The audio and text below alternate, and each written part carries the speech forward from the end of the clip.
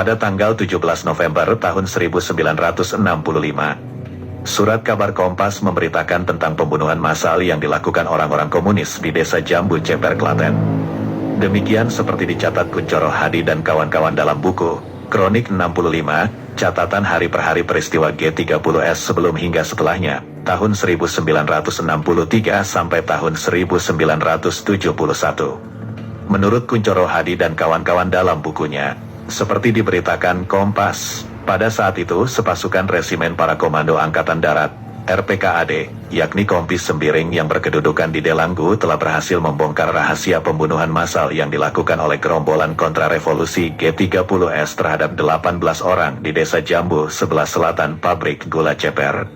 Seperti diberitakan Kompas, di antara para korban itu terdapat carik desa yang dibunuh bersama anaknya dan dikubur dalam satu lubang. Juga ada korban seorang pemuda yang baru saja kawin. Pembunuhan tersebut dilakukan oleh para pendukung G30S PKI.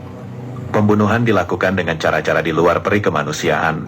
Mayat para korban diketemukan dalam 2 buah kuburan di desa tersebut. Setelah menerima laporan dari petunjuk tempat mayat itu ditanam, secepat kilat pasukan RPKAD melancarkan operasi. Mulanya pasukan baret merah ini mengalami kesulitan karena masyarakat desa tidak membantu. Mereka sudah termakan kampanye bohong yang menyatakan tentara yang berbaret merah itu adalah tentara Nekolim. Jadi kalau datang supaya diserbu. Tetapi RPKAD akhirnya berhasil juga menemukan tempat ke-18 korban kebiadaban para pendukung gerakan 30 September. Bersama rakyat terus diadakan penggalian, mayat ditanam dengan 4-6 orang dalam satu lubang. Kemudian diserahkan kepada keluarganya masing-masing untuk dimakamkan secara wajar.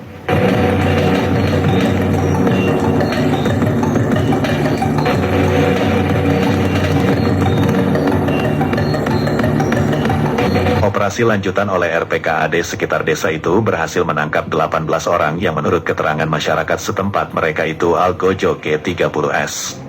Di hari yang sama, Kapten Hardio dari Brigif 4 Dewa Ratna nyaris saja bisa menangkap Ketua PKI DN Aidit di Solo.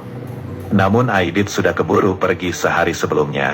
Operasi ini pun gagal. Masih di hari yang sama, Pembantu Menteri Perhubungan Darat, Pos, Telekomunikasi dan Pariwisata Brigjen Utoyo Utomo pada suatu upacara bendera mengatakan bahwa G30S adalah klimaks dari rencana yang sudah lama dipersiapkan. Menurutnya apa yang disebut G30S adalah suatu kup yang didalangi oleh Partai Komunis Indonesia, PKI, dan ormasnya yang dipersiapkan sejak tahun 1950. Yaitu 2 tahun setelah Fer Madiun atau peristiwa pemberontakan Madiun pada tahun 1948. Dapatlah dipahami reaksi yang spontan dari masyarakat yang menuntut pembubaran PKI dan ormasnya tidaklah disebabkan rasa balas dendam, tetapi adalah pertahanan, kata Brigjen Utoyo Utomo. Pada tanggal 17 November tahun 1965, Kuncoro Hadi dan kawan-kawan juga mencatat, dokumen-dokumen rencana aksi PKI ditemukan di Kebumen, Jawa Tengah, dalam operasi penumpasan G30S yang digelar oleh Tim Keamanan PP Cooper atau Pelaksana Kuasa Perang Kebumen.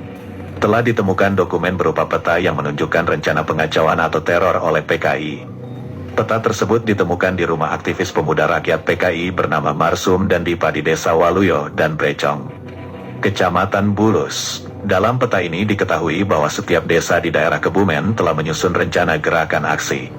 Sasaran dan aksi PKI adalah rumah-rumah kaum yang mereka anggap sebagai reaksioner dan kapitalis birokrat kabir. Di samping itu, diketahui pula tempat-tempat yang akan dijadikan pemusatan pasukan dan tempat pembuangan mayat dari calon-calon korban. Peta tersebut menggunakan sandi-sandi khusus, namun telah berhasil dipecahkan oleh Angkatan Bersenjata Republik Indonesia, ABRI. Misalnya, ditemukannya sandi yang sama seperti A1025 yang menunjukkan waktu aksi. Sandi A menunjukkan Resort Komite PKI, angka 10 menunjukkan bulan, dan 25 menunjukkan tanggal.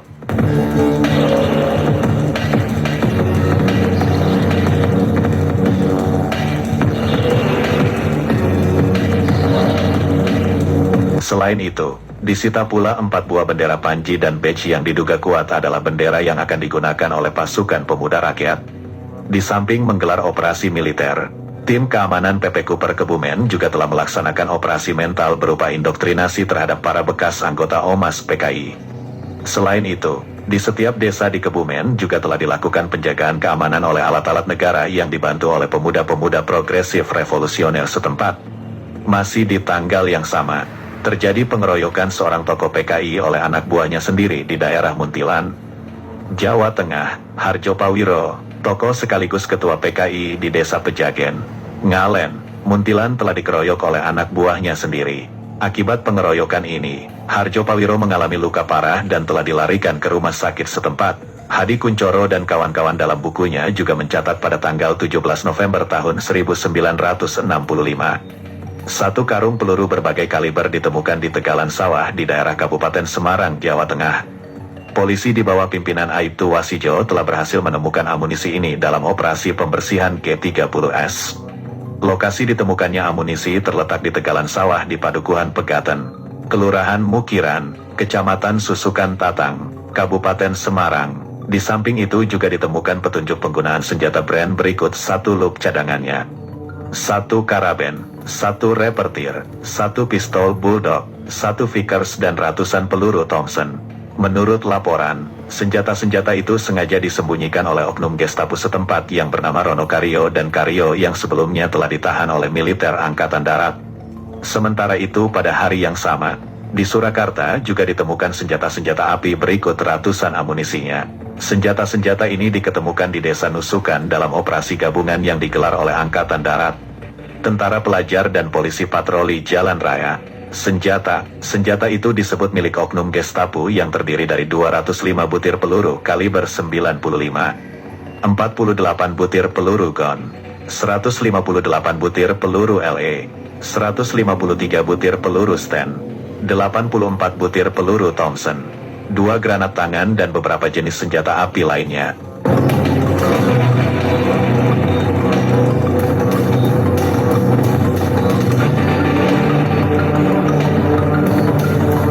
Pada hari yang sama, kantor berita antara memberitakan perihal tingkah pola para tahanan yang diduga terlibat G30S.